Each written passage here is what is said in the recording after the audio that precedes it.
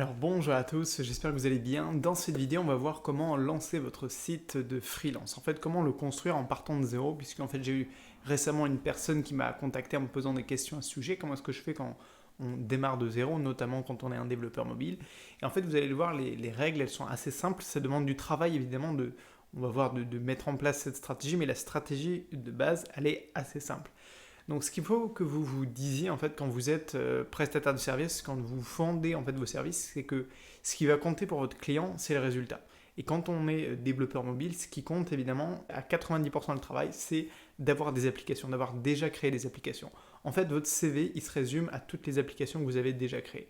Et c'est ce que, évidemment, je mets en valeur et ce que je mets concrètement en place sur mon site internet. Donc, c'est pour ça que je mets en avant mes applications et celles, par exemple, de mes clients pour vous montrer que voilà, tel et tel résultat a déjà été obtenu pour cette personne et que moi-même, je développe mes applications. Donc ça va être votre carte de visite. Donc en fait, quand vous allez devenir par exemple freelance développeur mobile, ça va être assez simple sur le papier pour concevoir votre site internet. Ce qui va vous demander du travail, c'est de vous dire, ok, je vais devoir développer des applications.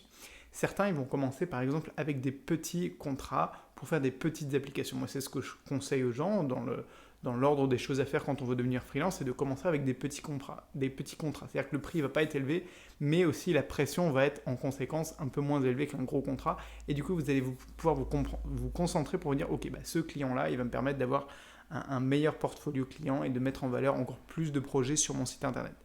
La deuxième chose à faire, en plus de commencer avec de petits clients, c'est vous, de votre côté, de commencer à développer des applications.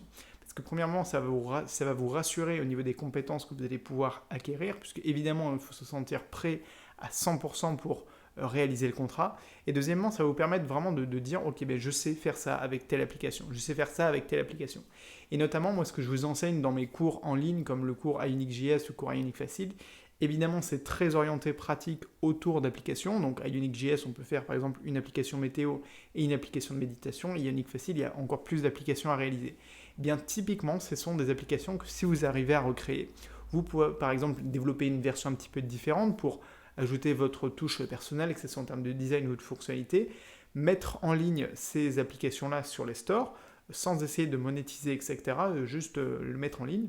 Et ensuite, sur votre site internet, vous redirigez vos clients, vos potentiels prospects, en leur disant voilà ce dont je suis capable de, voilà ce que je peux réaliser en fait en tant que développeur mobile.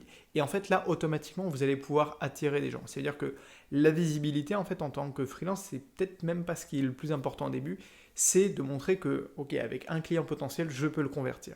Et en fait, ça, tout simplement, il faut montrer qu'on est capable de le faire.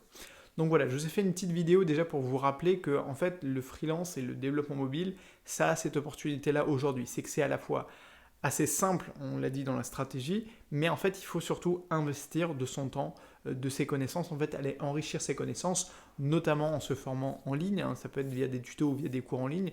Moi, je propose aussi des systèmes de cours particuliers pour ceux qui veulent aller plus loin. Il faut voir ça comme un investissement, puisque derrière, à chaque nouvelle application que vous allez pouvoir développer, vous allez pouvoir attirer plus de clients, potentiellement en convaincre un plus grand nombre, même si quand on est freelance, c'est pas vraiment le nombre qui nous intéresse, c'est plutôt que pour un seul client, on puisse lui apporter un maximum de valeur et qu'en fonction, on puisse avoir le meilleur prix possible. Donc voilà au niveau de la stratégie du site web, on va dire de la création d'un portfolio, et je dirais que pour les applications en particulier à avoir dans son portfolio, il y en a plusieurs. La première, je vais appeler ça l'application vitrine, c'est celle où vous allez pouvoir mettre en valeur en fait vos compétences de, on va dire front-end, c'est-à-dire de design simplement d'application et de design tout court, puisque les gens ce qu'ils vont voir au début c'est le visuel de l'application. Le visuel c'est très très important et ça va faire déjà les 70% du travail début pour convaincre le client, ça va être le front-end. Donc là s'il voit qu'une application est jolie et bien faite, utilisant un design qui est moderne, là premièrement vous allez pouvoir attirer beaucoup plus de personnes. Deuxièmement, ça va être une application avec une architecture et une interface sociale, une connexion Google, une connexion Facebook, une connexion par email, la récupération d'un espace profil, notamment je pense à l'application InstaLike que je développe avec vous dans le cours Ionic Facile. Ça, c'est typiquement le genre de projet que vous devez absolument développer si vous voulez devenir développeur freelance. Et le troisième type d'application, ça va être plus celles qui vont toucher à la monétisation. Ça va être avec une intégration de systèmes de paiement comme Stripe, PayPal, les achats intégrés d'Apple et de Google, et pourquoi pas même de la publicité dans l'application. Ça, c'est le niveau le plus élevé. Vous pouvez quand même faire des contrats freelance avec les deux premiers types d'applications, à savoir les réseaux sociaux et les applications de type vitrine. Même une application de type vitrine, par exemple, pour un, je sais pas, c'est des exemples des fois qui ne sont pas pertinents, mais je sais pas, un restaurant, il veut avoir son application pour proposer une carte, un menu à ses clients qui entrent dans le restaurant. Ça, c'est quelque chose qu'on peut faire très facilement avec iUnique et avec des compétences de base. Et après, vous pouvez aller voir des clients un peu plus élevés, avec des projets un petit peu plus ambitieux, avec des projets par exemple de réseaux sociaux, en tout cas d'applications à interface sociale. Et ce qu'on fait dans le cours iUnique Facile, c'est qu'on travaille sur une interface sociale, une architecture qui est basée sur Firebase, et ensuite on y intègre des fonctionnalités comme l'accès à Google Maps, l'accès à l'appareil photo pour prendre des photos, etc. Et ensuite on construit autour de ça pour avoir des fonctionnalités en fait qui viennent se compléter.